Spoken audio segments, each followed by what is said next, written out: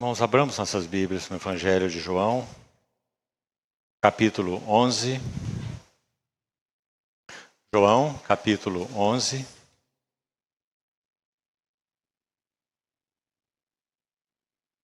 Apenas a parte inicial do verso 25. João 11, 25.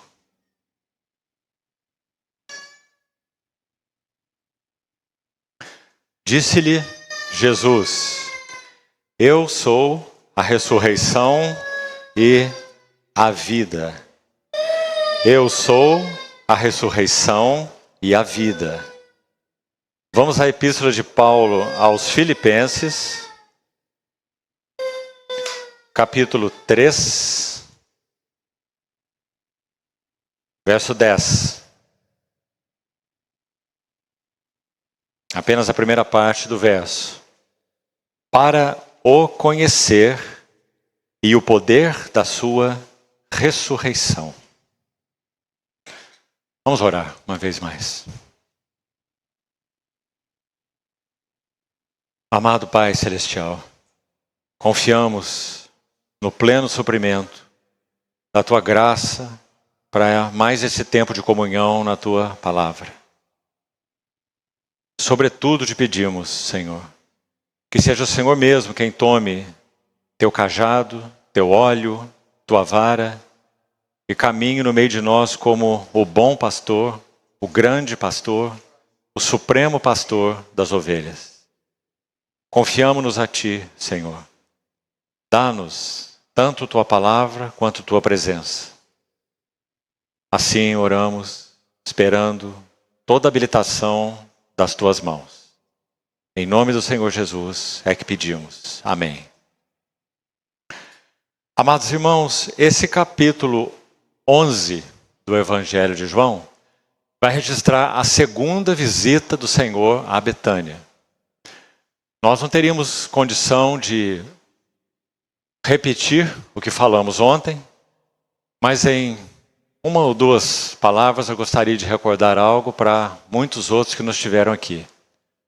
Nosso Senhor visitou esse lar de Betânia pelo menos 7 vezes. Nós temos nas Escrituras, nos Evangelhos, 7 registros. Mas podemos supor com uma certa segurança que o Senhor visitou esse lar muitas vezes mais. Por exemplo, quando ele sobe para Jerusalém, a sua última subida para Jerusalém, ele passa por Jericó, ele cura um cego, ele salva Zaqueu, ele está subindo em direção a Jerusalém. E quando em Jerusalém, ele então busca um retiro, porque ele estava sendo perseguido, foi colocado como que um anúncio para que aqueles que tivessem notícia dele o denunciassem. Veja isso. Como se o Senhor fosse um criminoso ou um bandido. E então nosso Senhor faz um pequeno retiro para uma cidade chamada Efraim, a 30 quilômetros ao noroeste de Jerusalém, próximo já à entrada do deserto da Judeia, muito próximo a Jerusalém, 30 quilômetros. Isso está no final do capítulo 11 do Evangelho de João. Nosso Senhor então vai para esse lugar e ele tem um tempo de retiro ali. Por quê? Porque a partir desse lugar de retiro, ele entra em Betânia. E esse será o nosso tema, a terceira visita do Senhor, amanhã cedo, se o Senhor permitir.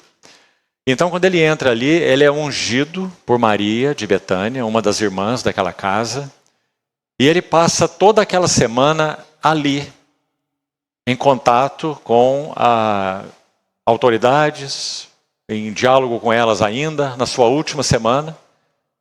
E Marcos capítulo 11, que será nosso tema ainda avante, registra no mesmo capítulo, Marcos 11, 3 visitas do Senhor a Betânia. E o que ocorre nessas 3 visitas? Qual é o contexto delas? Iremos ver amanhã, se Deus permitir. O que isso significa? Que é muito provável, meus irmãos, que nessa última semana do Senhor, desde a chamada entrada triunfal em Jerusalém, quando ele é aclamado como rei, Hosana, o que vem em nome do Senhor, até a cruz, nós temos 7 dias. E é muito provável que o pernoite do Senhor, a cada dia desse, tenha sido em Betânia. Temos certeza que alguns deles foi, porque assim Marcos registra, nós chegaremos lá oportunamente. Então são 7 visitas registradas, mas provavelmente o Senhor foi muitas vezes mais ao lar de Betânia. Por quê? Primeiro, nós mencionamos ontem que cada visita do Senhor a esse precioso lar tinha um triplo propósito. O primeiro deles era revelar a este lar o que estava no coração deles. Ou seja, a necessidade de avanço, de ajustes, a desordem daquele lar, o quanto eles careciam do Senhor para que esse lar fosse ajustado em todos os aspectos. Dissemos ontem que na primeira visita que já estudamos, Lázaro nem estava lá, provavelmente, porque ele não é mencionado. Apenas Maria e Marta são mencionados. Se ele estivesse lá, ele não teve nenhuma participação em nada do que aconteceu. Talvez ele estivesse lá, mas ele estivesse completamente indiferente. Ou mesmo não estivesse ali. Assim começou essa história. Maria estava quedada aos pés do Senhor, ouvindo seus ensinamentos.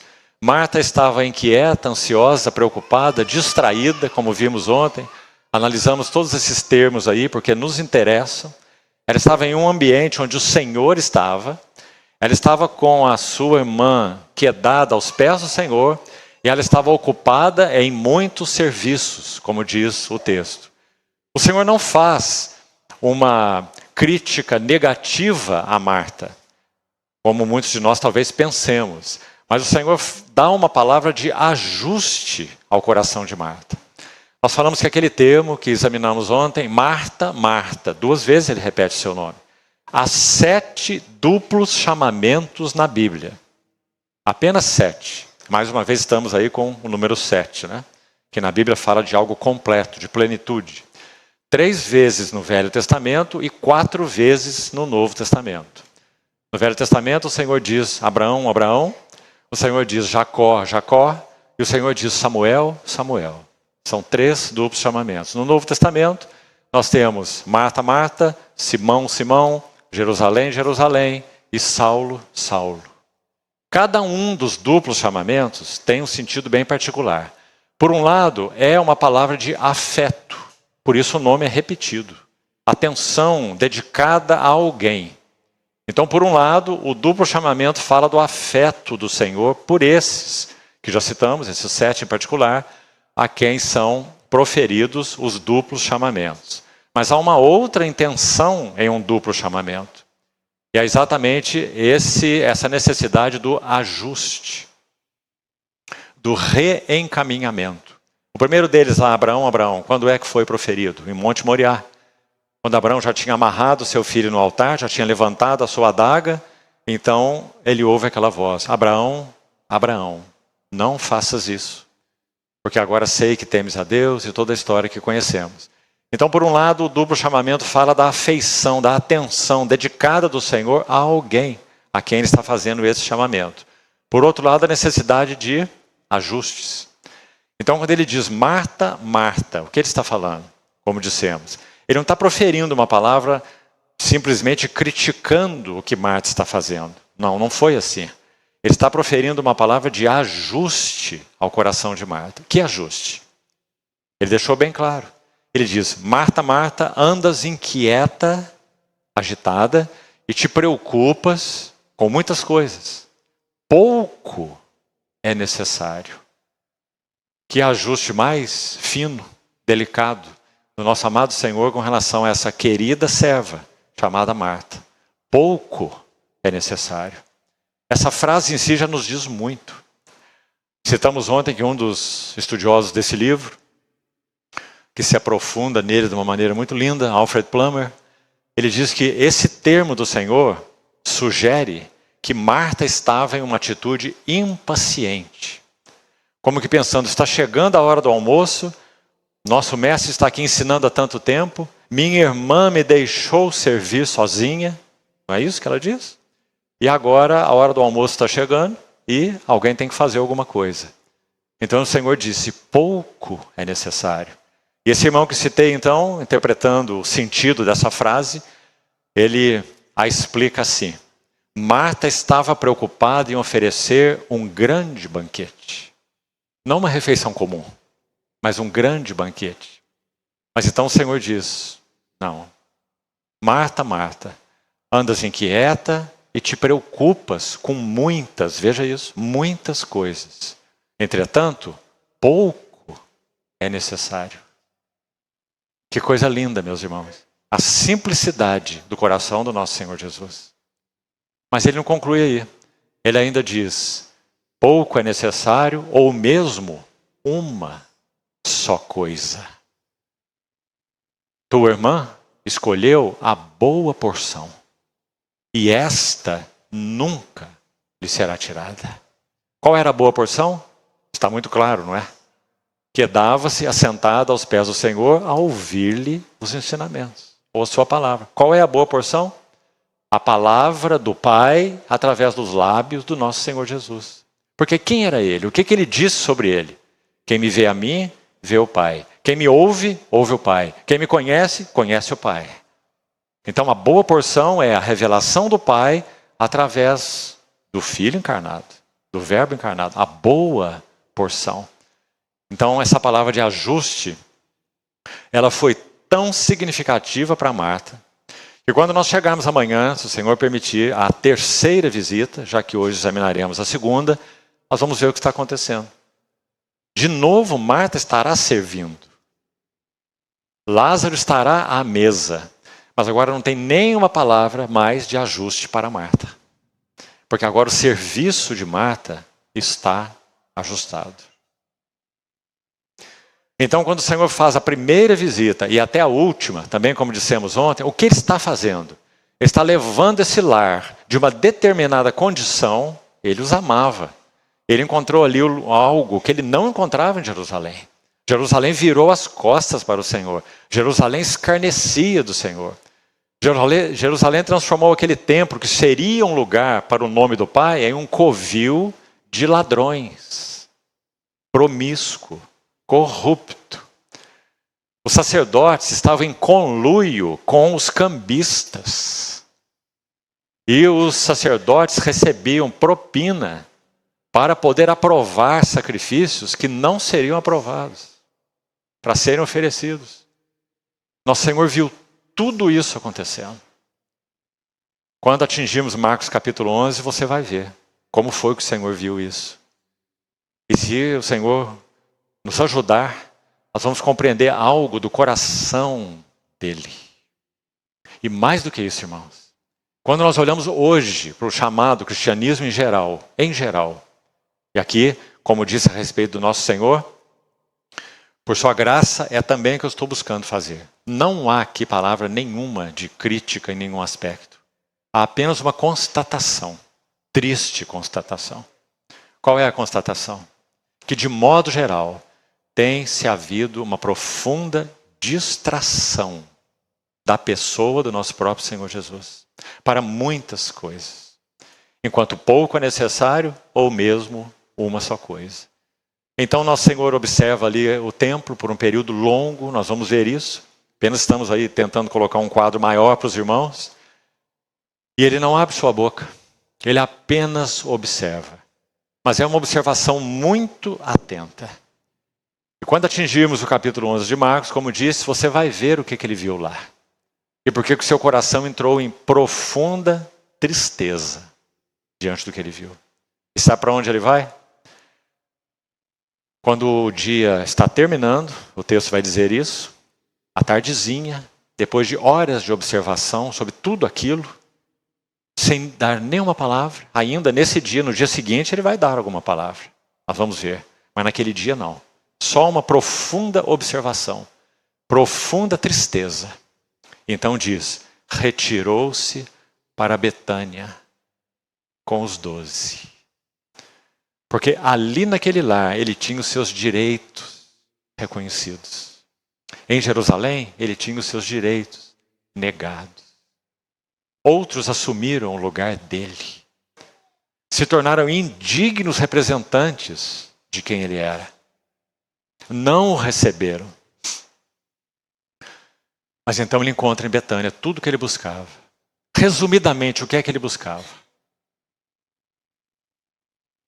Marta representa um serviço adequado ou ajustado pelo Senhor. Marta, mãos que servem. O que seria da igreja sem Marta? Marta é serviço, mas tem que haver serviço ajustado. Então, o Senhor busca para o seu testemunho no seu povo serviço ajustado e não um serviço desajustado, não um ativismo, não fazer obra pela obra. Na pessoa de Maria, o que ele busca na igreja? Guarde isso, irmão. Se você esquecer tudo que eu falar nesses dias, leve pelo menos isso com você. E ore sobre isso. Repetindo, o que o Senhor busca em cada uma das suas congregações, que levam o nome dele. Número 1, um serviço ajustado. Não convulsivo. Você sabe o que é uma convulsão, né? O cérebro não está comandando mais, mas o corpo está se movendo. Mas o cérebro não está comandando. Então o corpo está desajustado, está convulsionando, está fazendo muita coisa, não está? Fazendo muita coisa.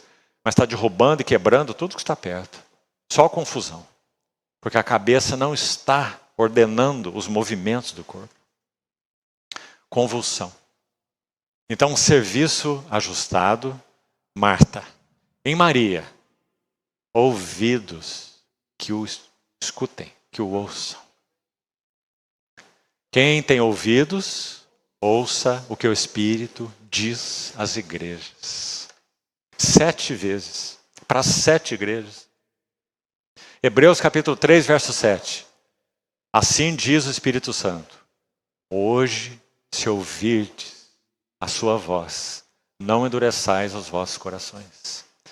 Como foi na provocação, na tentação no deserto, quando vossos pais me puseram à prova. Viram minhas obras por 40 anos, mas não conheceram os meus caminhos. Ver as obras do Senhor não é igual a conhecer os seus caminhos. Quanta coisa importante nós temos aí nesse tema do ouvir, meus irmãos. Ontem citamos Isaías 50, verso 4. O Senhor Deus me deu língua de eruditos para que eu saiba dizer boa palavra ao cansado. Ele me desperta todas as manhãs e desperta-me o ouvido para que eu ouça como aqueles que aprendem. Ouça como discípulos. A quem esse cântico do servo de Isaías 50 se refere? Ao nosso Senhor Jesus. Ele que, sobretudo, nunca teve ouvidos tapados para aquilo que vinha da parte do Pai. E nós? Em que condição estamos? O que o Senhor busca nas suas congregações? Marias. Quedava-se, nós vimos ontem, literalmente significa um lugar junto aos pés do Senhor. Esse era o lugar dela. Sabe, irmão, se são 7 visitas a Betânia, olha o que acontece nas 3 primeiras, ainda num quadro geral. Olha isso. Continuando na ênfase sobre Maria. Primeira visita, Maria está quedada aos pés do Senhor. Segunda visita, que vamos estudar hoje, Maria se lança aos pés do Senhor. Terceira visita, Maria unge os pés do Senhor. Ou seja, Maria tem uma história com os pés do Senhor Jesus. E nós temos tido uma história com os pés do nosso Senhor Jesus? Se perdemos essa posição, perdemos a condição de testemunho do Senhor. E Lázaro, o terceiro habitante do lar de Betânia. O que o Senhor encontrava em Lázaro? Lázaro representa um coração que o amava. Mãos que o servem, ouvidos que o ouvem e coração que o ama.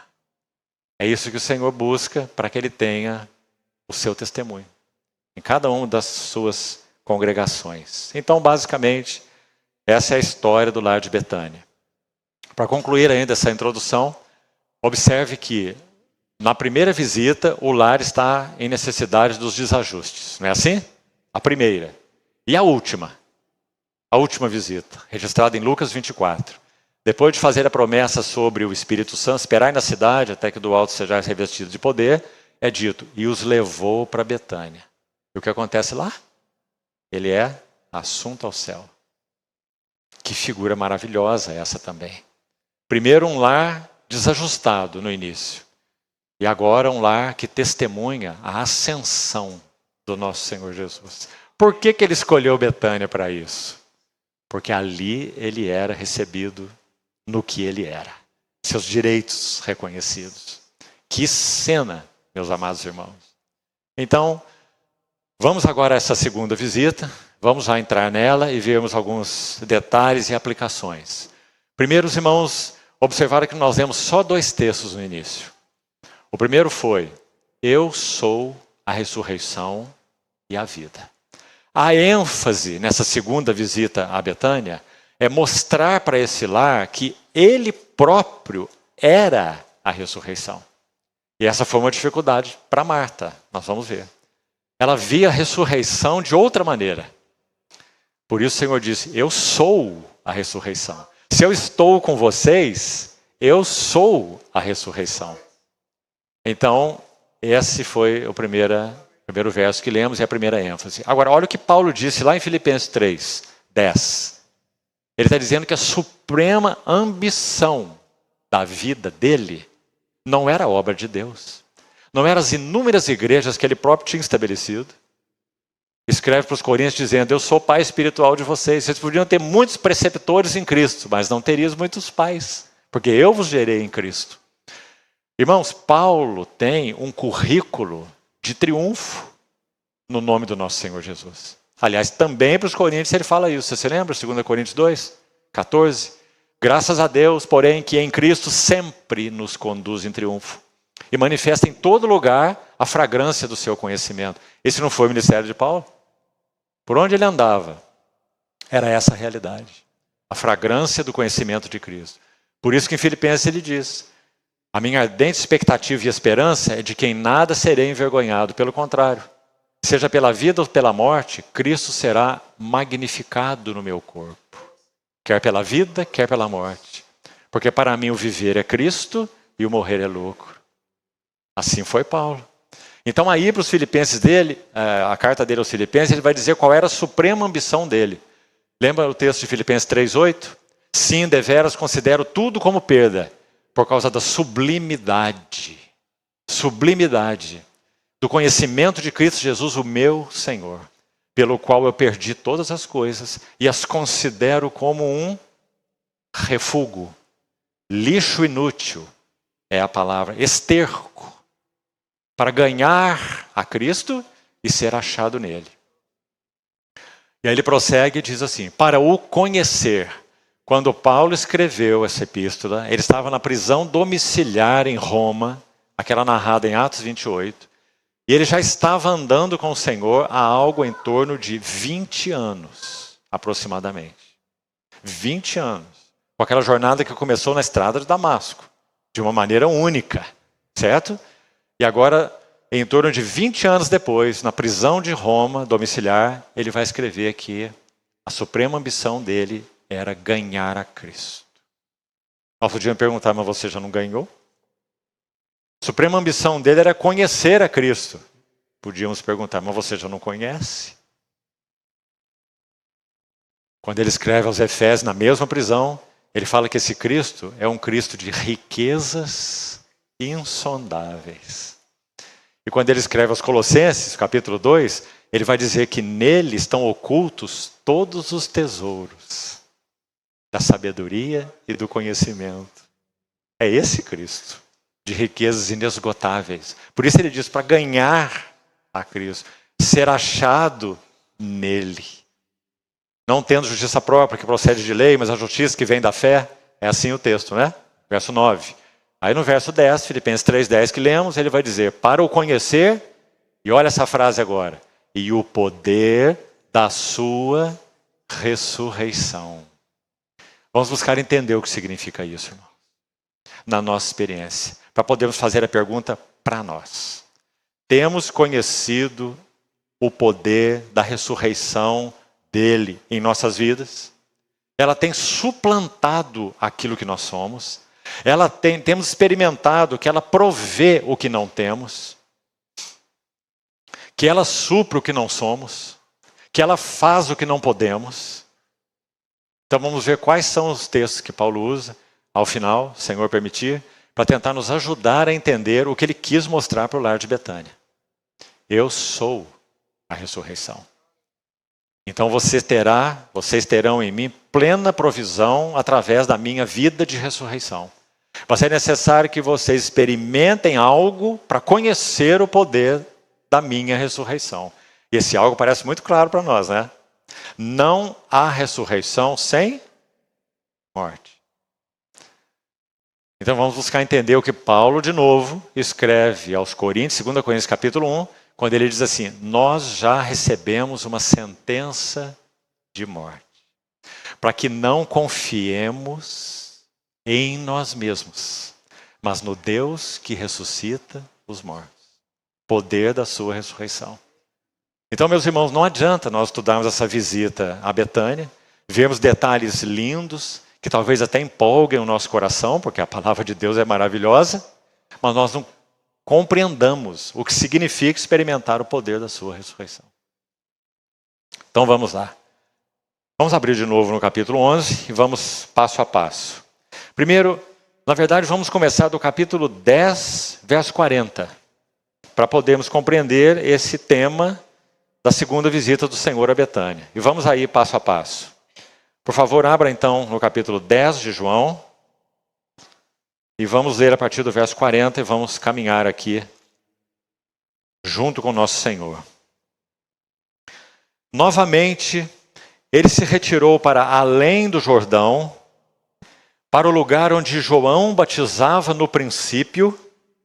Se você quiser saber onde era esse lugar e como ele chama, você tem que ir ao capítulo 1 do Evangelho de João. Ontem já explicamos isso. Sabe como chama esse lugar além do Jordão onde João batizava? Betânia. Porque há duas Betânias.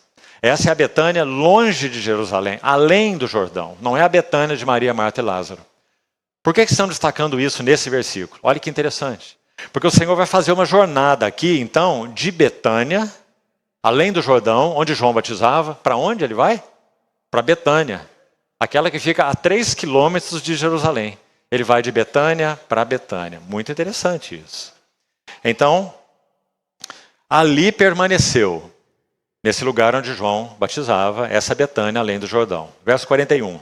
E iam muitos ter com ele e diziam: realmente João não fez nenhum sinal, o João o Batista.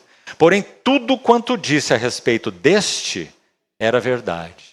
Aquele que João anunciou como Cordeiro de Deus.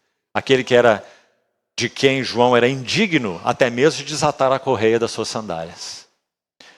Então entramos no capítulo 11, que diz assim: estava enfermo Lázaro, de Betânia, da aldeia de Maria e Marta, sua irmã.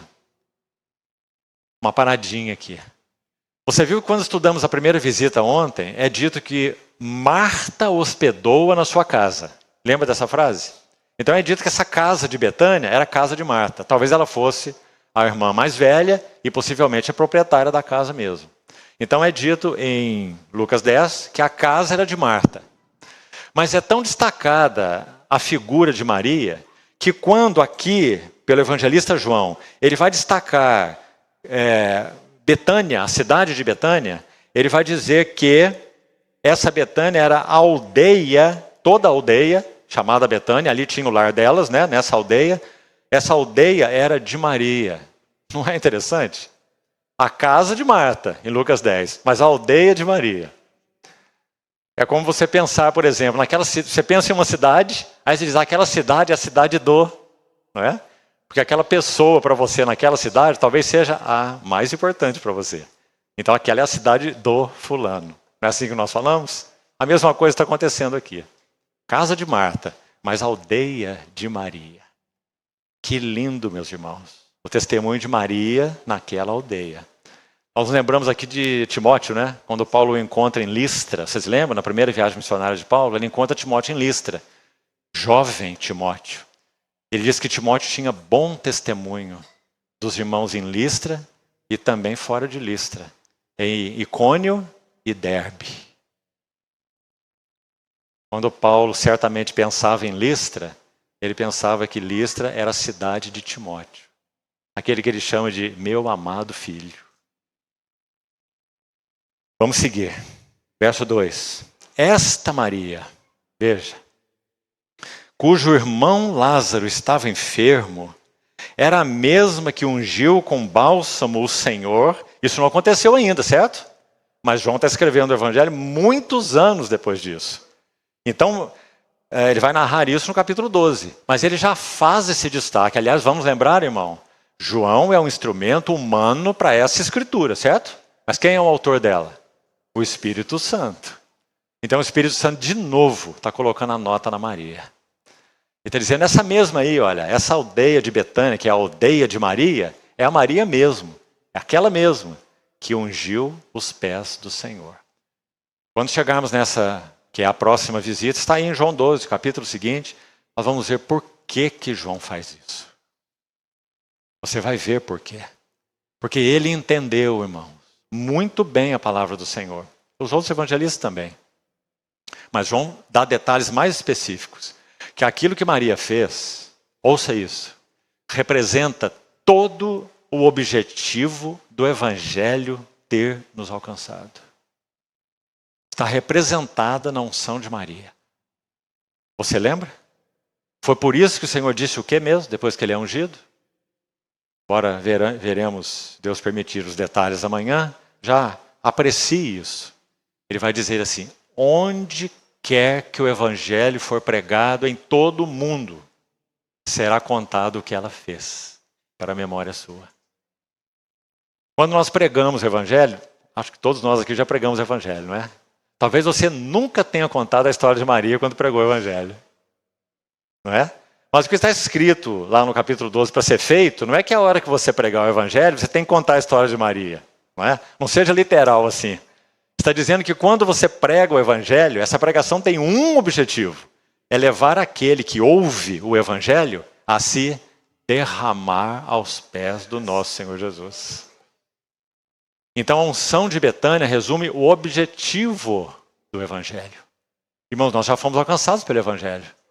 O Evangelho tem cumprido esse objetivo em nossas vidas, porque o Evangelho não é apenas uma boa notícia. O Evangelho é uma pessoa. Nosso Senhor Jesus. Ele é o Evangelho. Ele é a boa nova. Por isso nós estamos vendo o destaque de João. Esta Maria era a mesma que ungiu com bálsamo o Senhor e lhe enxugou os pés com seus cabelos. Mandaram, pois, as irmãs de Lázaro dizer a Jesus, Senhor, está enfermo aquele a quem amas. A palavra para amas aí é aquela derivada, aquela está conjugada, né? Ela é derivada do filéu, que fala de um amor fraterno, um amor de amigos. Porque quem disse isso foi essas pessoas, esses mensageiros aí, que foram enviados lá para dar notícia para Jesus, né? Mensageiros saíram lá de Betânia, certamente enviados por Marta e Maria, foram até Jesus para avisá-lo que aquele a quem ele ama, o Lázaro, estava doente. Então, quando eles usam essa palavra, os mensageiros, né? Está enfermo aquele a quem amas, eles usaram o amas filéu. Em outras palavras, estão dizendo, está enfermo o teu amigo. Certo? Literalmente seria isso, o que os mensageiros falaram. Mas olhe mais à frente. Ao receber a notícia, disse Jesus, essa enfermidade não é para a morte, sim para a glória de Deus, a fim de que o Filho de Deus seja por ela glorificado. Agora escute aqui. Agora não são os mensageiros falando, certo? Como já vimos. Olha esse detalhe. Agora é João falando, o evangelista, sobre qual era o sentimento do Senhor para com Lázaro. Então é João que está escrevendo, veja. Ora, amava Jesus. E aí se você for consultar essa palavra aqui, não é o filéu. É o agapau. Que fala de um amor até o fim. João 13. Ora, a festa da Páscoa estava próxima, tendo Jesus amado os seus que estavam no mundo, amou-os até o fim. ágape, agapao. Então essa é usada aqui para João, pelo Espírito Santo, descrever como é que Jesus amava esse lar. Então é dito, amava Jesus a Marta e a sua irmã e a Lázaro. Quando, pois, soube que Lázaro estava doente, ainda se demorou 2 dias no lugar onde estava. Como é que nós podíamos chamar isso? Vamos pensar um pouco. O que é que pode ter sido, de alguma maneira, digamos, soprado lá no coração de Marta e de Maria? O irmão está doente, elas mandam mensageiros para o Senhor, e o Senhor se demora 2 dias no lugar onde estava, até que Lázaro tenha morrido. O que de alguma maneira pode ter sido, digamos, soprado lá no interior deles? Algo assim, olha, vocês honraram o Senhor. Vocês o acolheram na sua casa. Vocês o serviram, mas agora ele os ignora. Ele não tem para com vocês a atenção que vocês esperavam. Seu irmão doente, ele foi avisado, ele não vem. E mais tarde, quando chega, já está no túmulo, o irmão.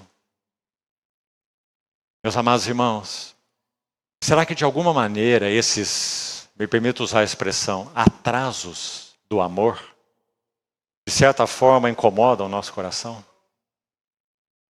Nós não somos muito prontos para orar e buscar respostas das nossas necessidades imediatas. Senhor, por que o Senhor não se manifesta? Por que o Senhor não cura? Por que o Senhor não vem? Por que o Senhor não fala? Lembra do dilema de Jó? Você já ouviu um pouco sobre ele, né? Ele se debateu para todos os lados. Tudo o que Jó queria era uma palavrinha da boca do Deus Todo-Poderoso. E o problema de Jó é que o Deus Todo-Poderoso não dirigia a ele nenhuma palavra. Enquanto ele sofria, e tentava interpretar o seu sofrimento e dizia, mas não é possível, o que eu fiz? Por que eu mereço isso? Deus havia dado um testemunho de Jó no início do livro, dizendo que era um homem justo, íntegro, reto, temente a Deus e que se desvia do mal. Então ele, baseado em tudo isso, ele dizia, não, Deus não pode me tratar dessa maneira. Eu não mereço isso. Então o livro de Jó vai nos mostrar, meus irmãos, que o nosso Deus, ele não é domesticável. Nós não podemos colocar coleira do nosso Deus. Por quê? Sabe por quê? Jó vai dizer no final do livro, quando tudo termina. Porque nenhum dos seus planos pode ser frustrado. Porque a intenção dele em cada movimento que parece para nós desamor, realmente são movimentos de amor. Porque ele vai dizer, eu te conhecia só de ouvir falar. Mas agora, aquele mas agora é tão lindo, né? Mas agora, os meus olhos te veem. Nunca, meus irmãos, nunca os supostos atrasos são realmente atrasos. Por isso nós temos que chamá-los de atrasos do amor. Porque são atrasos muito definidos. Ele primeiro precisa nos levar a um ponto onde então ele possa falar. Onde então ele possa se manifestar. Os estudiosos mais profundos e competentes do livro de Jó, sabe o que eles vão nos dizer? Que é muitíssimo provável. E você sabe que esses irmãos vão ao fundo, né? As questões do livro. Em todos os aspectos, questão histórica, questão das palavras que são usadas e muita coisa mais. Jó teve em torno de 15 sintomas da sua enfermidade. Febre, pele rachando, tumores, se raspava com caco de telha e etc. 15 sintomas de uma enfermidade que possivelmente durou 6 meses. Nesses 6 meses, nenhuma palavra sequer de Deus para ele. E ele se debatia. Até que então, ao final do livro, quando aquele mais jovem entre os 4 amigos começa a falar, ele faz Bildade e Zofar, falam primeiro, e por último Eliú. Eliú representa o Espírito Santo. É o mais jovem, é o último a falar. Ele faz Bildade e Zofar, representam as emoções, a mente e a vontade, por ordem. Emoções, mente e vontade. Ele faz Bildade e Zofar. E eles falam muito, esses 3 amigos de Jó. Nos primeiros dias eles ficam quietinhos. Eles veem o imenso sofrimento de Jó e não falam nada, não é? Durante vários dias. Depois começam a falar. Quando começam a falar, eles não interpretam adequadamente o caráter de Deus para Jó. No final do livro você sabe disso. O Senhor diz, Jó, ore pelos teus amigos que não falaram de mim o que era justo. Não é? Se eles representam emoções, mente e vontade, essas são faculdades da alma, não são? Nossa alma é composta de pensamentos, sentimentos e desejos. Ou seja, quando nós entramos num processo qualquer que seja de perdas, de dores, de sofrimentos, de tribulação, os primeiros que começam a falar dentro de nós são esses aí. São as nossas emoções, e elas são as primeiras mesmo, né?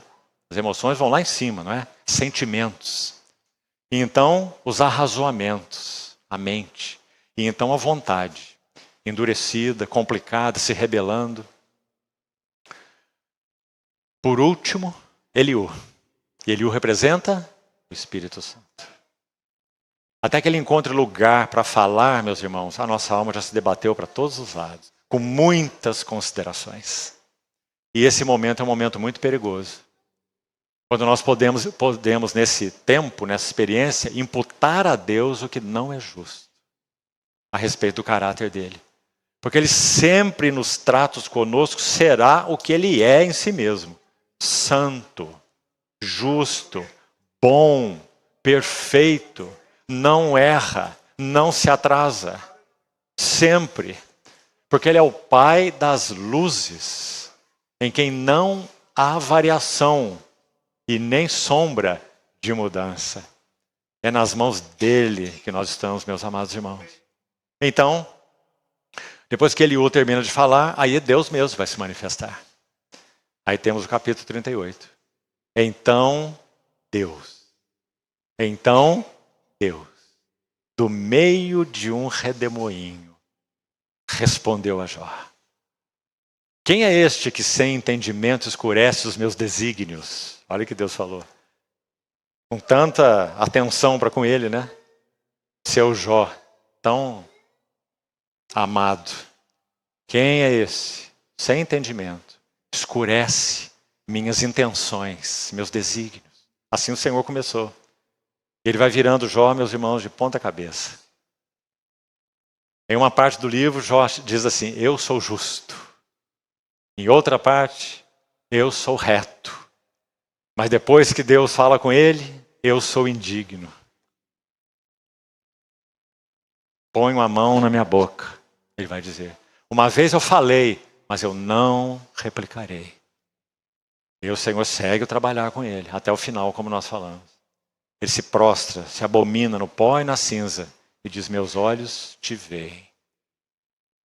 Sem dúvida, Jó era um homem que tinha um testemunho. Vimos lá o que Deus disse dele no primeiro capítulo, mas um testemunho aqui, nesse nível. Que já era muito bom. Talvez nós estejamos aqui também. Mas quando o Senhor encontrou lugar para trabalhar nele daquela maneira, então ele elevou Jó a outro nível de testemunho do Senhor. É isso que ele deseja fazer conosco. Você vai ver muitos comentários de Jó se você for numa livraria evangélica. Mas, infelizmente, a maioria erra o alvo. Porque o alvo do Espírito Santo, ao nos relatar a história de Jó, o tema pode ser resumido em uma palavra. Filiação. De teknos para huios. De um filho imaturo para um filho maduro, adulto. Filiação. Então ele tomou o Jó para amadurecê-lo. Até um nível de experiência e de conhecimento de Deus que ele nunca havia tido antes. Por isso ele disse, agora, antes, só de ouvir falar, mas agora, meus olhos te veem. E mais, irmão, para concluir isso aqui e seguirmos. Veja que lindo. Deus permitiu que o próprio Satanás pusesse a mão na vida de Jó. Não foi? Está lá no começo do livro. Primeiro tocando seus bens, seus filhos e depois sua própria carne. Quando Satanás diz pele por pele, e o que o homem tem ele dará pela sua vida. Então Jó teve toda aquela enfermidade. O próprio Satanás tocando em Jó, debaixo, claro, da soberania e permissão do Senhor. Mas quando a história terminou, digamos, e Jó olha para trás em tudo que aconteceu, o que ele tem para dizer? Ele não tem para dizer assim, olha, apesar do diabo ter posto a mão na minha vida, o Senhor triunfou. Não foi isso que Jó disse? Ele disse assim, agora eu sei que nenhum dos teus planos pode ser frustrado. Meus amados irmãos. Sabe o que isso está nos ensinando? Que Satanás não é autônomo. Há um só Senhor. E nada irá tocar as nossas vidas que não esteja debaixo da direta supervisão do nosso Senhor Jesus. Com um propósito muito claro e muito definido. Nossos olhos possam vê-lo. Porque o Senhor, na verdade, meus irmãos, Ele se coloca no lugar exato de tudo aquilo que Ele levar à morte nas nossas vidas. Ele nunca retirará algo sem se colocar a si mesmo no lugar do que foi tirado. Bendito seja o nome do Senhor. Então vamos seguir com o texto de João 11. Estamos no verso 6. Quando, pois, soube Lázaro que Lázaro estava doente, ainda se demorou. Aí está. Os atrasos do amor. Os atrasos com propósito. Os atrasos que podem nos inquietar, mas não a Ele. 2 dias se demorou no lugar onde estava.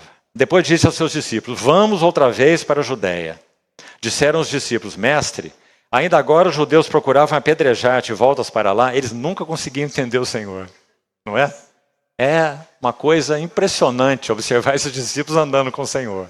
A paciência do Senhor, o amor do Senhor, o cuidado do Senhor com pessoas obtusas.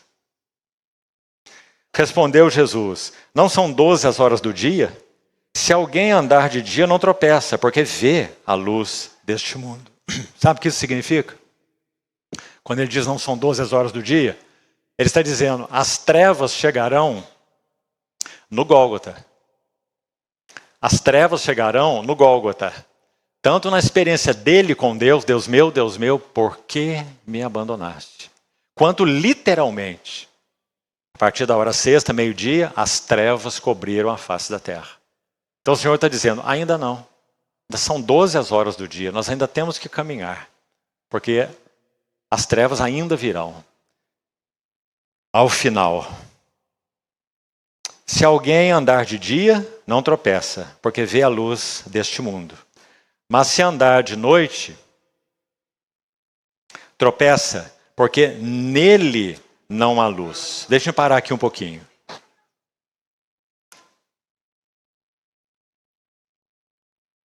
O texto que citei de Isaías 50, maravilhoso, um dos cânticos do servo. Olha o que diz sobre o nosso Senhor.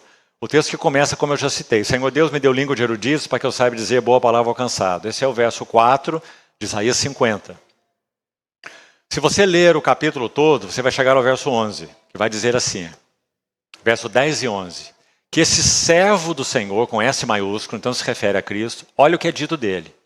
Ele andou em trevas, sem luz nenhuma, e ainda assim confiou no Senhor e se firmou sobre o seu Deus. Por quê? Porque embora ele não tivesse externamente, andou em trevas sem luz nenhuma. Irmãos, para onde ele olhasse, para os judeus, para as autoridades, para os necessitados, para os pecadores, para os endemoniados, para os discípulos, para onde quer que ele olhasse, na verdade, ele só via trevas. Onde é que o Senhor obteve luz? Nesse mundo, não é? Mas por que ele pôde andar nas trevas sem luz nenhuma, como diz o texto de Isaías 50? Porque João vai iniciar o seu evangelho assim, olha. A vida estava nele. E a vida que estava nele era a luz do mundo. Ou seja, ele caminhou em trevas absolutas, externamente falando, circunstancialmente falando, relacionalmente falando, né? Mas ele é a luz do mundo. Ou seja, a relação dele com o Pai era ininterrupta. Então ele andava baseado nesta luz. Verso 11. Isso dizia e depois lhes acrescentou: nosso amigo Lázaro adormeceu, mas vou para despertá-lo. Mais uma vez, veja aí os discípulos. Disseram os discípulos: Senhor, se dorme estará salvo. Ou seja, o Senhor não precisa ir lá não, porque nós vamos lá fazer o quê? Só acordar o Lázaro, né? Está dormindo. Jesus, porém, falara com respeito à morte de Lázaro. Mas eles supunham que tivesse falado do repouso do sono. Então Jesus lhes disse claramente: Lázaro morreu. E por vossa causa me alegro de que lá não estivesse, para que possais crer. Mas vamos ter com ele. Então Tomé, chamado Dídimo, disse aos condiscípulos: vamos também nós para morrermos com ele. Quanta ousadia, né? Quando chegou a hora H, Pedro vai negá-lo 3 vezes. Não conheço esse homem. Sabe por que Pedro fez isso? Digamos, quando Pedro, de alguma maneira, apontou para o Senhor, dizendo: não conheço esse homem, na verdade, o que ele deveria ter dito é: não conheço este homem. Então o Senhor permitiu que Pedro chegasse ao fundo do poço e chorasse amargamente. E depois vai restaurá-lo de uma maneira maravilhosa, numa visita pessoal, oculta, secreta, sem narrativa, apenas narrado que isso aconteceu. O Senhor ressuscitou e já apareceu a Simão. E depois a restauração em João 21, restauração de serviço.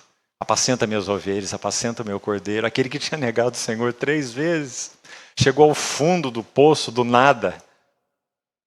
E o Senhor pôs as mãos nele de novo, restaurando pessoalmente, restaurando ministerialmente. Que maravilha, meus amados irmãos. Então, aí está o Tomé. Vamos para morrer com ele. Chegando Jesus, encontrou Lázaro já sepultado havia 4 dias. Ora, Betânia estava cerca de 15 estádios perto de Jerusalém. Cada estádio, 200 metros, 15 estádios, 3 quilômetros.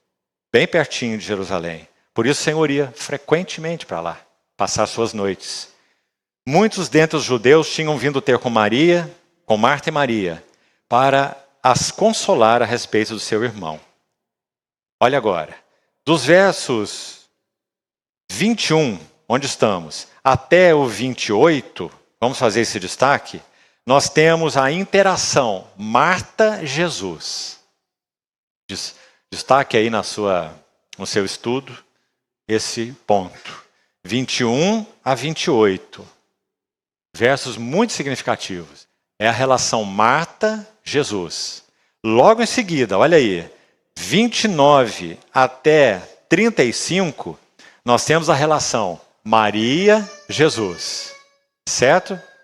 Então vamos lá.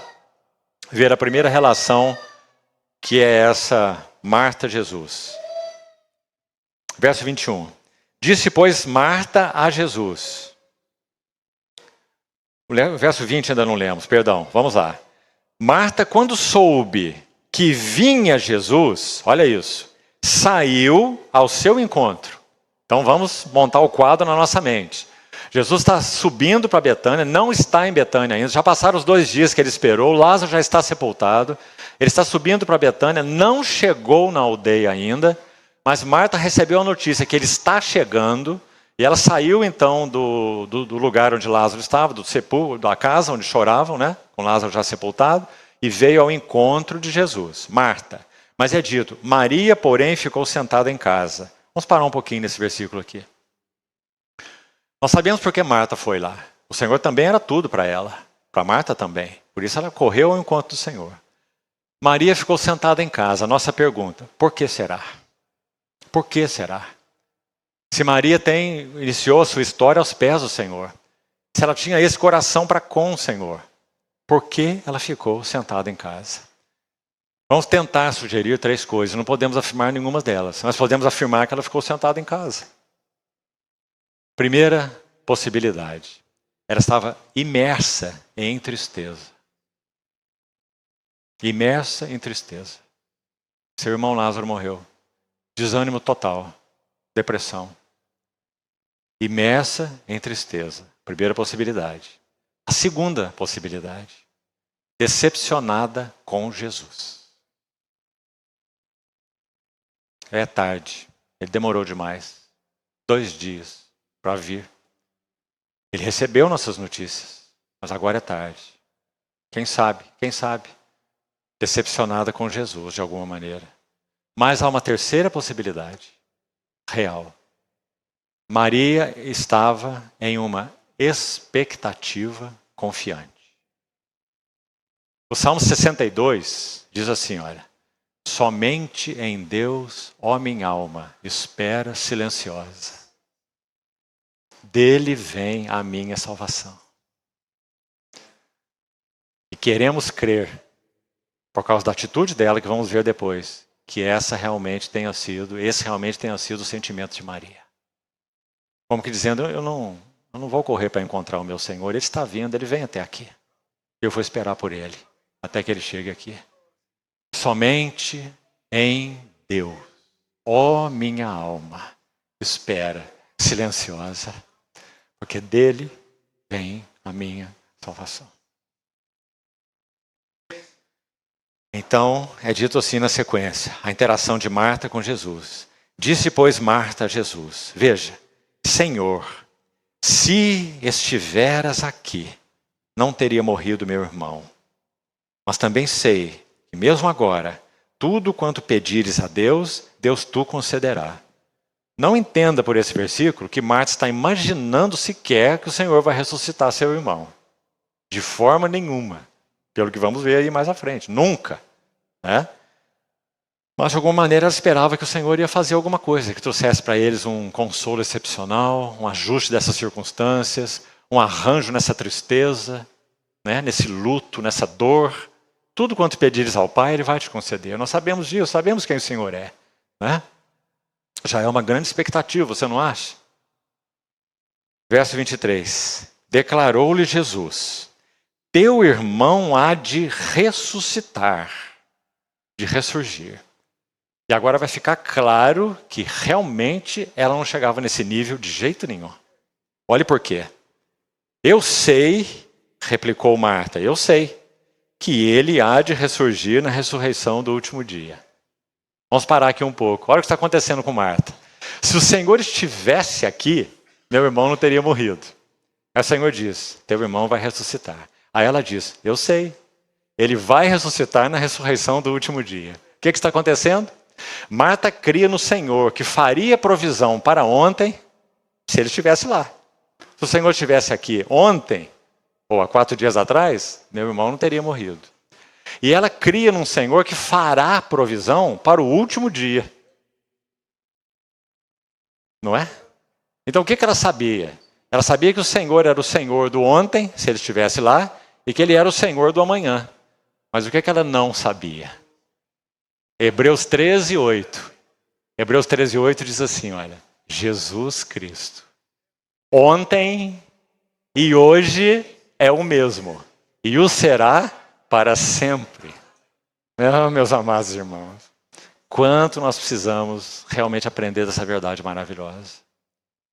Nosso Senhor é aquele tempo, digamos assim, de Hebreus, que se chama hoje.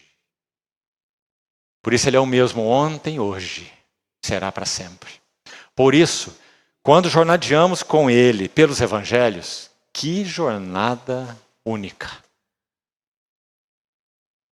Sabe por quê? Escute isso.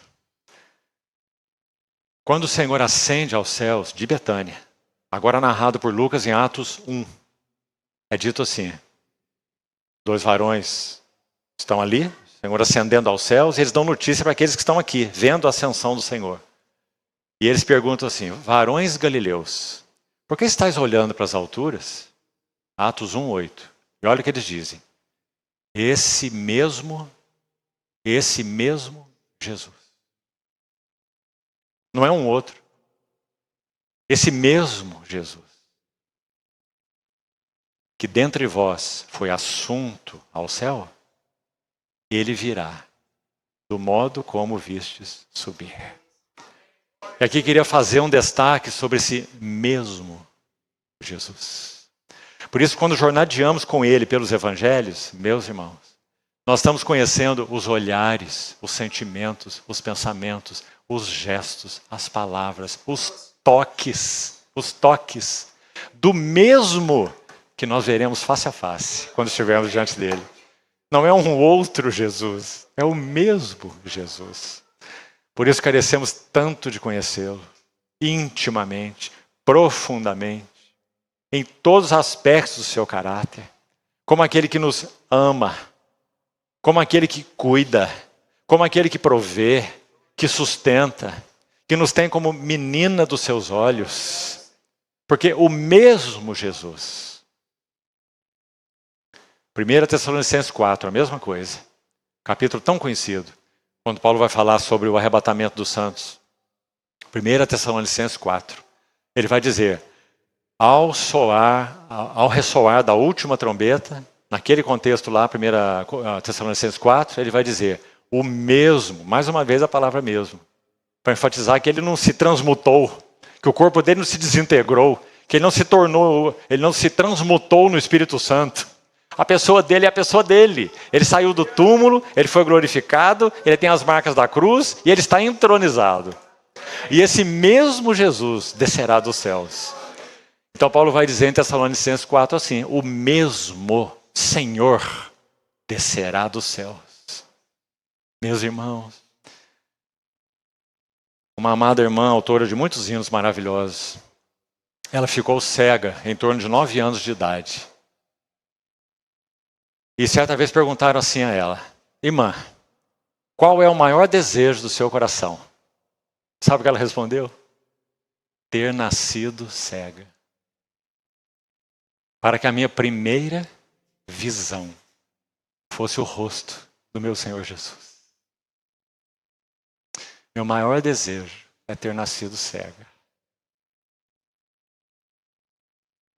Amados, agora somos filhos de Deus. Mas ainda não se manifestou o que havemos de ser. Mas quando ele se manifestar, nós seremos semelhantes a ele, porque haveremos de vê-lo como ele é.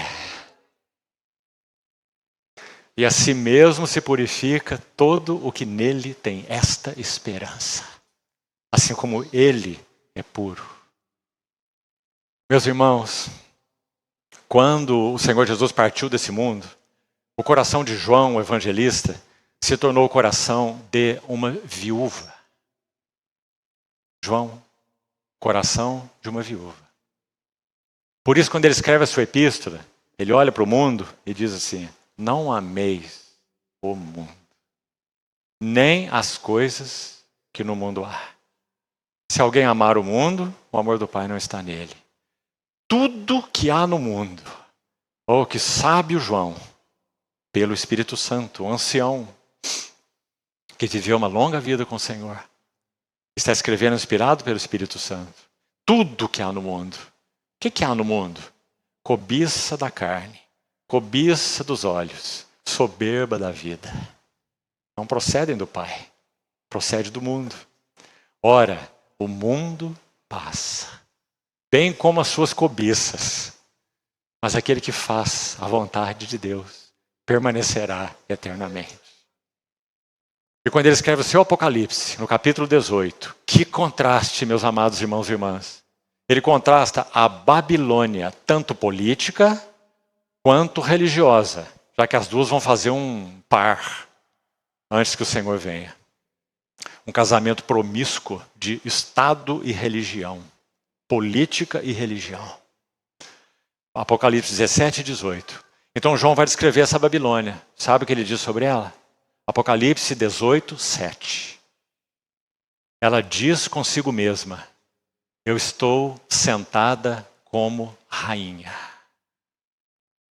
Viúva eu não sou, e pranto eu nunca hei de ver.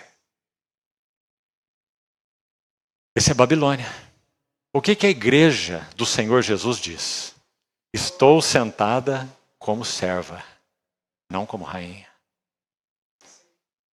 Viúva, eu sou. Por quê? Porque nosso Senhor não está aqui.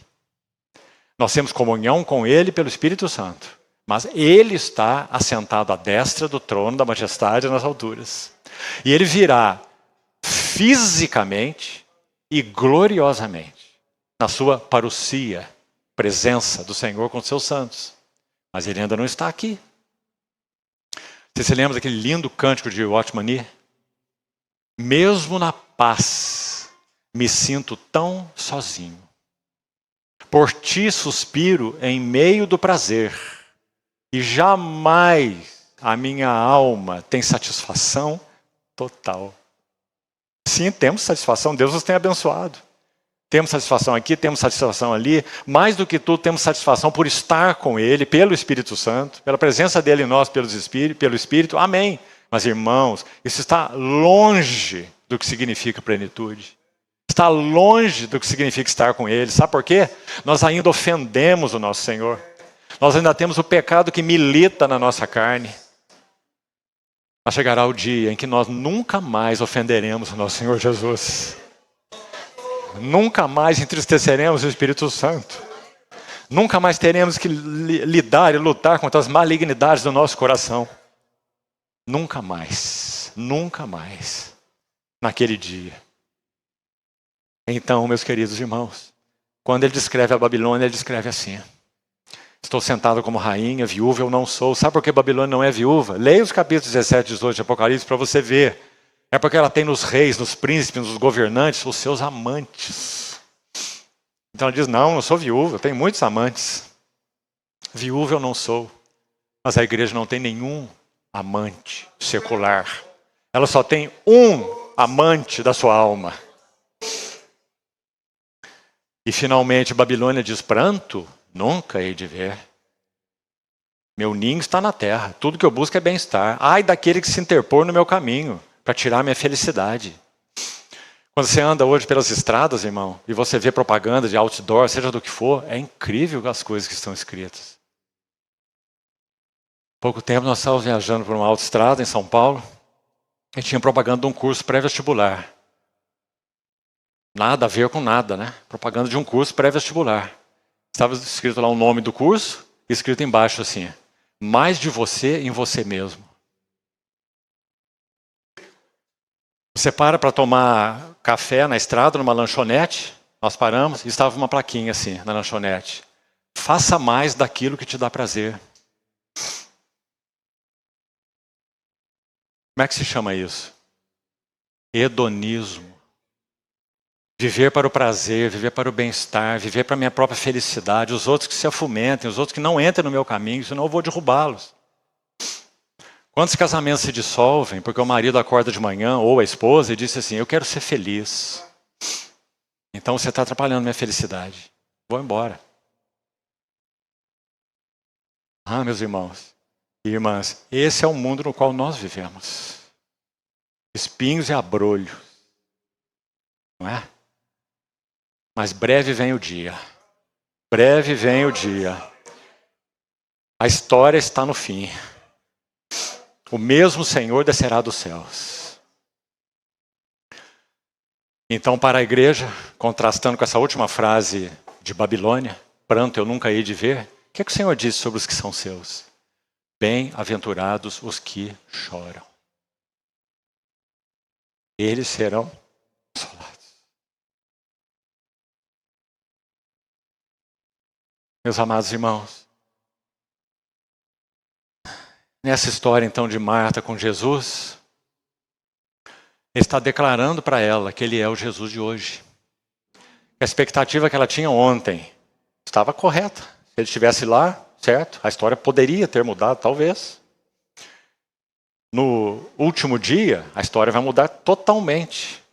1 Tessalonicenses 4. Para aqueles que creem nele. Os vivos nem mesmo precederão os que dormem. Os mortos em Cristo ressuscitarão primeiro. Mas Marta não atingiu o que o Senhor disse. Eu sou a ressurreição e a vida. A provisão completa pelo poder da minha vida ressurreta, o que ocorreria poucos dias depois. Ele iria entrar na morte, vencer a morte, ressuscitar e seria o provedor daquilo que Paulo escreveu em Filipenses. Para conceder para os seus santos o poder da sua ressurreição. Filipenses 3:10. Estamos buscando entender o que isso significa, né? Então, você vê que Marta sabe algumas coisas que não são suficientes, né? Vamos repetir aí para você ver, olha. Verso 22. Eu sei, olha como ela sabe muitas coisas. Eu sei que mesmo agora, tudo quanto pedires a Deus, Deus concederá. O Senhor disse, teu irmão há de ressurgir. Ela de novo, eu sei, você vê? Ela sabe muita coisa. Eu sei, replicou Marta, que ele há de ressurgir na ressurreição do último dia. Então disse-lhe Jesus, eu sou a ressurreição e a vida. Quem crê em mim, ainda que morra, viverá. E todo aquele que vive e crê em mim, não morrerá eternamente. Olha como termina a conversa com Marta. Crês isto? Que pergunta o Senhor fez para ela, hein? Continuando. Sim, Senhor, respondeu ela. Olha o que ela respondeu. Eu tenho crido que tu és o Cristo, o Filho de Deus, que devia vir ao mundo. O Senhor não perguntou nada disso para ela. O Senhor perguntou se ela cria que Ele era a ressurreição e a vida. Não é? Então ela está mostrando até onde a fé dela tocava o Senhor. Até onde ela conhecia o Senhor. Ela conhecia sim. Creio que tu és o Cristo, sim, és o Messias. És o Filho de Deus que devia vir ao mundo. Olha agora. Tendo dito isso, retirou-se. Será que ela não se retirou na hora errada, não? Parece que sim. Porque ela nem mesmo respondeu a pergunta do Senhor, como nós falamos, não é? Eu vou tentar aqui ousadamente, não que eu esteja certo, mas vou sugerir algo para você. Vou tentar interpretar o coração de Marta aí. Quando o Senhor entrou nesse assunto, teologicamente avançado, ela deve ter pensado assim, consigo mesma. Esses assuntos aí estão muito elevados para mim, mas a minha irmã entende desse assunto. Porque ela quedava-se assentada aos pés do Senhor. Então eu vou correndo chamar ela, porque o Senhor subiu num nível aí que eu não consigo alcançar. Né? Então olha o que ela vai fazer. Olhe lá. Verso 28. Tendo dito isto, retirou-se, olha o que ela foi fazer. E chamou Maria.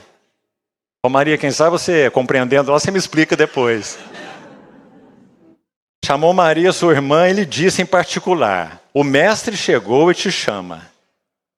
Agora vai começar a interação de Maria com Jesus, certo? Vai começar, então preste atenção aí.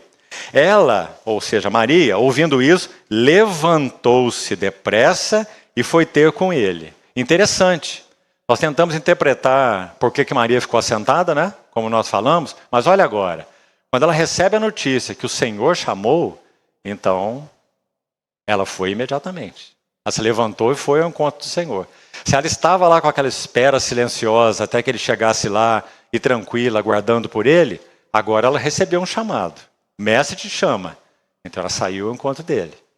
E aqui temos essa história linda, veja. Verso 30 segue assim. Pois Jesus ainda não tinha entrado na aldeia, olha só. Mas permanecia onde Marta se avistara com ele. Os judeus que estavam com Maria em casa e a consolavam, vendo-a levantar-se depressa e sair, seguiram-na, supondo que ela ia ao túmulo para chorar. Quando Maria chegou ao lugar onde Jesus estava, ao vê-lo, lançou-se-lhe aos pés. Primeira visita, assentada nos seus pés. Segunda visita, lançou-se nos seus pés. Isso fala muito, não fala, meus irmãos? Tudo que ela tinha realmente era o Senhor. Tudo que ela esperava realmente estava no Senhor. Se ela não tinha, como me parece certamente não tinha também, ninguém tinha, sequer uma expectativa que o Senhor ia mandar ao Lázaro sair daquele túmulo, ela sabia que o Senhor iria prover para toda essa necessidade dolorosa. Por isso ela se lança aos seus pés, né? Dizendo as mesmas palavras da irmã dela. Senhor, se estiveras aqui, meu irmão não teria morrido. Jesus, olha isso, vendo-a chorar. E bem assim, os judeus que a acompanhavam, agitou-se no espírito. Aqui vamos devagar com essas palavras. Nós estamos falando do nosso Senhor. Agitou-se no espírito. A palavra literal aí. Gemeu. Suspirou. Gemeu. Meus irmãos, Ele é o autor da vida. Ele, sem dúvida, ele sim, sabia o que ia ser feito ali. Por isso ele se demorou 2 dias. E quando ele chegou lá, Lázaro estava morto, não é? E ele disse, essa morte, o que ele disse antes, essa morte é para a glória de Deus, certo? Mas veja, quando ele então, digamos, toca a morte, ou toca o ambiente da morte, a dor dessas 2 irmãs, o que acontece, segundo esse texto? A palavra agitou-se é pequena, nessa tradução revista atualizada, para expressar o que aconteceu. A palavra é gemeu. Meus irmãos, nós temos um Senhor que geme conosco. Nós não temos um Senhor impassível, que fica observando as nossas dores e os nossos sofrimentos. Nós temos um Senhor que suspira conosco, geme conosco. A próxima palavra, veja aí, vá acompanhando, verso 33. Comoveu-se. A palavra mais exata aí, angustiou-se. Um Senhor que sente angústia por causa do seu amado amigo morto e das suas amadas ovelhinhas, Marta e Maria, tristes. Então, angustiou-se. E temos mais uma palavra, olhe. E perguntou, onde o sepultastes? Eles lhe responderam, Senhor, vem e vê. Então aqui estamos caminhando com ele, né? Então ele está indo agora em direção à boca do sepulcro. E é dito, Jesus chorou. Ou seja, uma expressão claríssima de profunda compaixão. Quantas vezes é registrado na Bíblia que Jesus chora? Quantas vezes? 2 ou 3? 3. Uma vez no túmulo de Lázaro. Segunda vez, Jerusalém. Vendo a cidade, chorou. Onde está a terceira vez? Hebreus capítulo 5, verso 7. Ele, Jesus, nos dias da sua carne, tendo oferecido com forte clamor e lágrimas àquele que o podia livrar da morte, e tendo sido ouvido por causa da sua piedade, sendo filho, aprendeu a obediência pelas coisas que sofreu. Basicamente, todos os comentaristas que li até hoje sobre esse versículo, unanimemente dizem que este verso se refere ao Getsemane.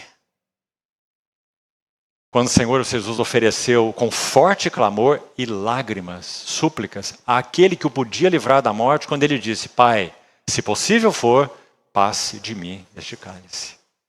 Então, 3 vezes são registradas que o Senhor chorou. Nesse caso aqui, uma profunda compaixão. Vamos seguir para irmos concluindo então. Olhe lá, verso 36. Então disseram os judeus, vede quanto o amava. Você está vendo? Como essas lágrimas do nosso Senhor essas lágrimas impactaram o coração mesmo dos que estavam ali. Vede quanto ele o amava. Mas alguns objetaram.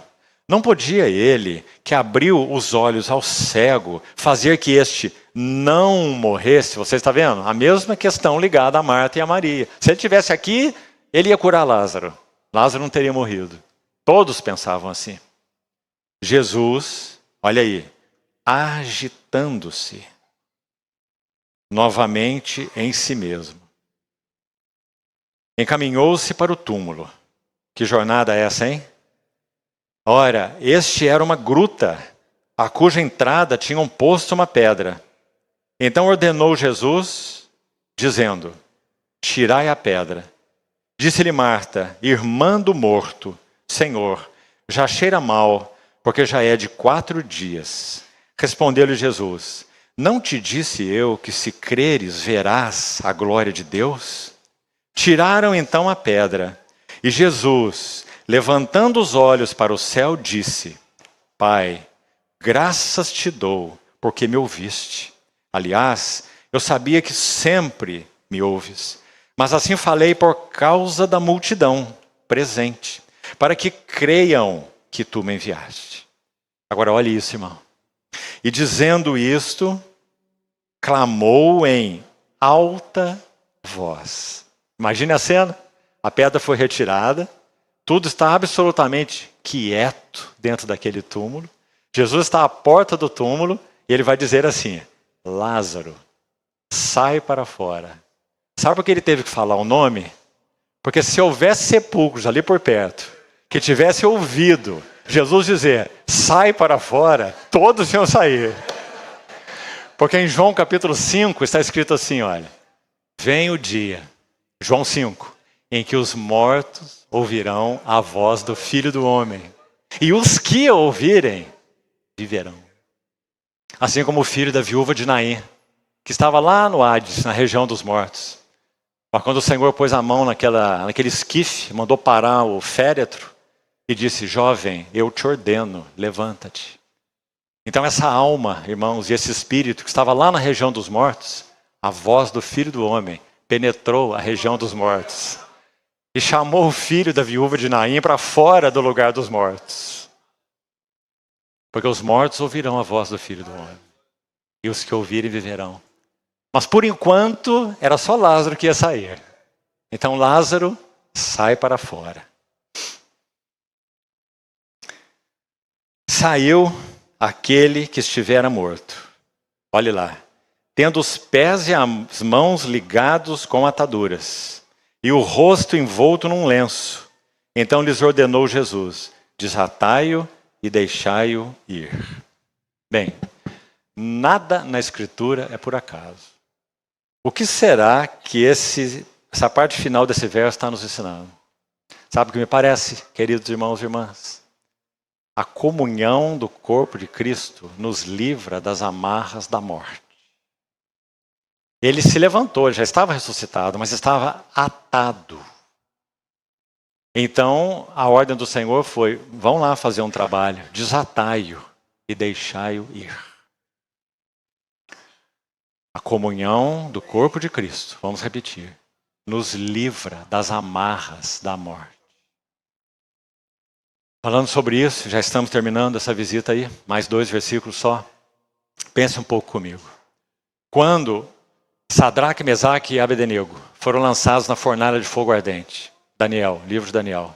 Você se lembra que foram lançados 3 homens numa fornalha sobremaneira acesa, mas então Nabucodonosor viu que lá dentro havia 4 homens. E aquele quarto se parecia como é dito, um filho dos deuses. Né? Mais uma cristofania no Velho Testamento. Então, você sabe o que aconteceu lá. Foram lançados os 3 amarrados. Mas então a visão que foi vista depois foram os 3 soltos. E não só isso. Quando eles são retirados da fornalha, é dito que não havia neles nem cheiro de fogo ou de fumaça. O que há aí para nós aprendermos na relação do Senhor conosco? E nas fornalhas ardentes que nós também atravessamos. O que há para aprendermos?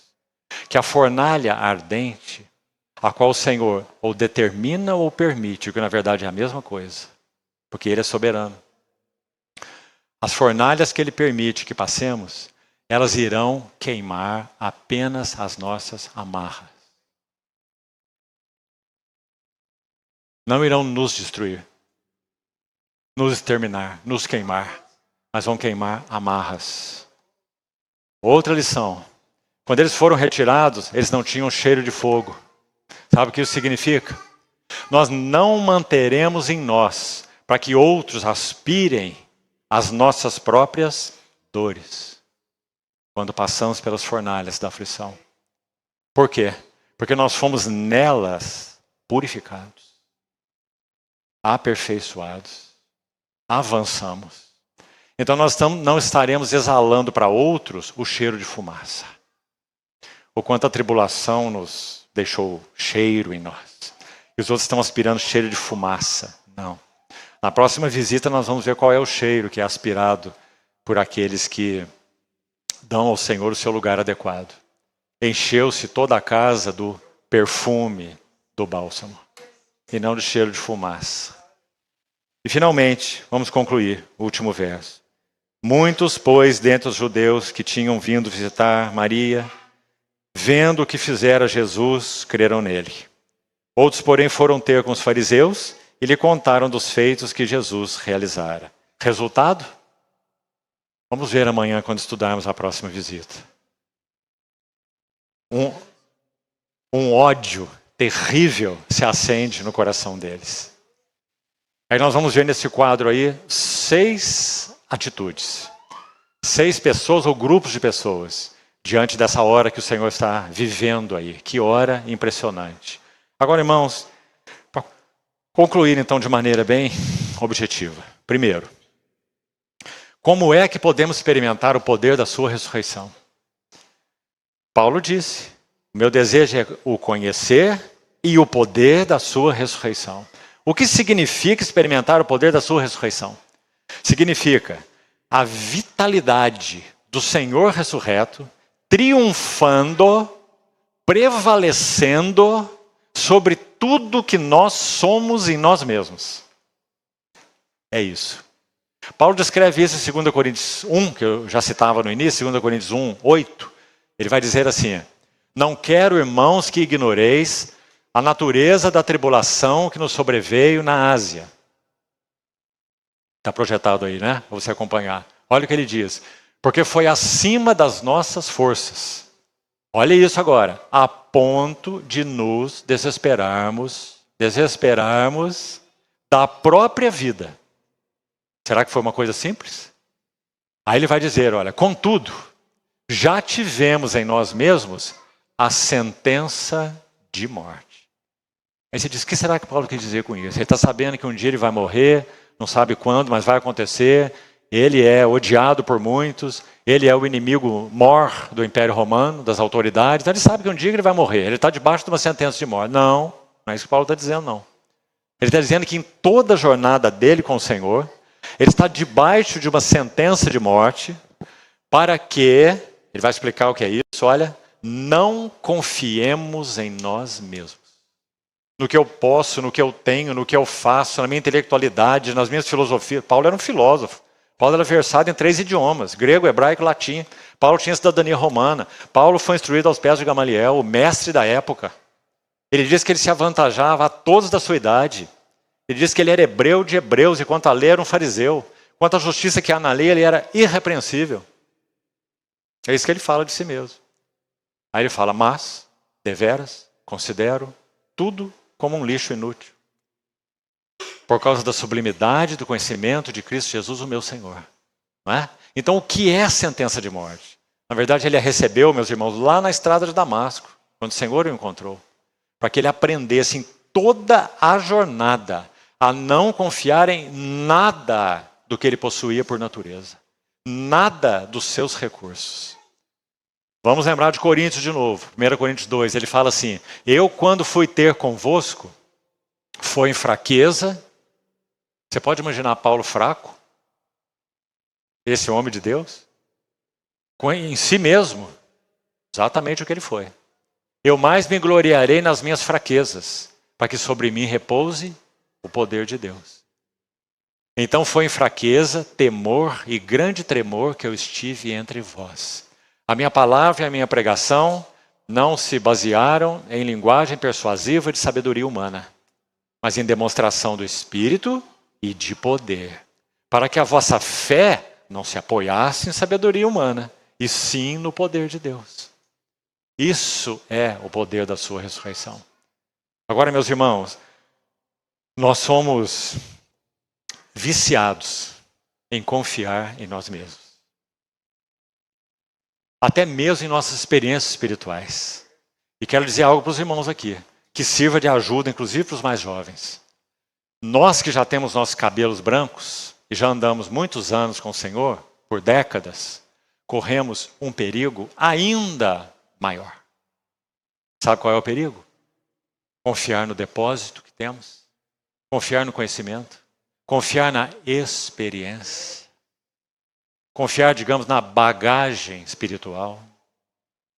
Se o Espírito Santo não puder encontrar espaço nos seus vasos para fazer uso, seja das experiências, seja do conhecimento, seja do que já experimentamos do Senhor, e revitalizá-lo, não servirá para nada. Então, por isso, Paulo diz, para que não confiemos em nós mesmos, mas no Deus que vivifica os mortos. Esse é o poder da sua ressurreição. Mas então é claro que para que isso seja verdade, nós precisamos conhecer o que significa sentença de morte. Quando o Senhor irá colocar-nos em muitas experiências, onde nós vamos entender, você não é. Número 1. Segundo, você não tem. E terceiro, você não pode. Você não é, você não tem, você não pode. Eu sou, eu tenho, eu posso. Tudo posso naquele que me fortalece. Então que o Senhor nos ajude a experimentar isso, irmãos. O poder da sua ressurreição. Vamos orar e concluímos então.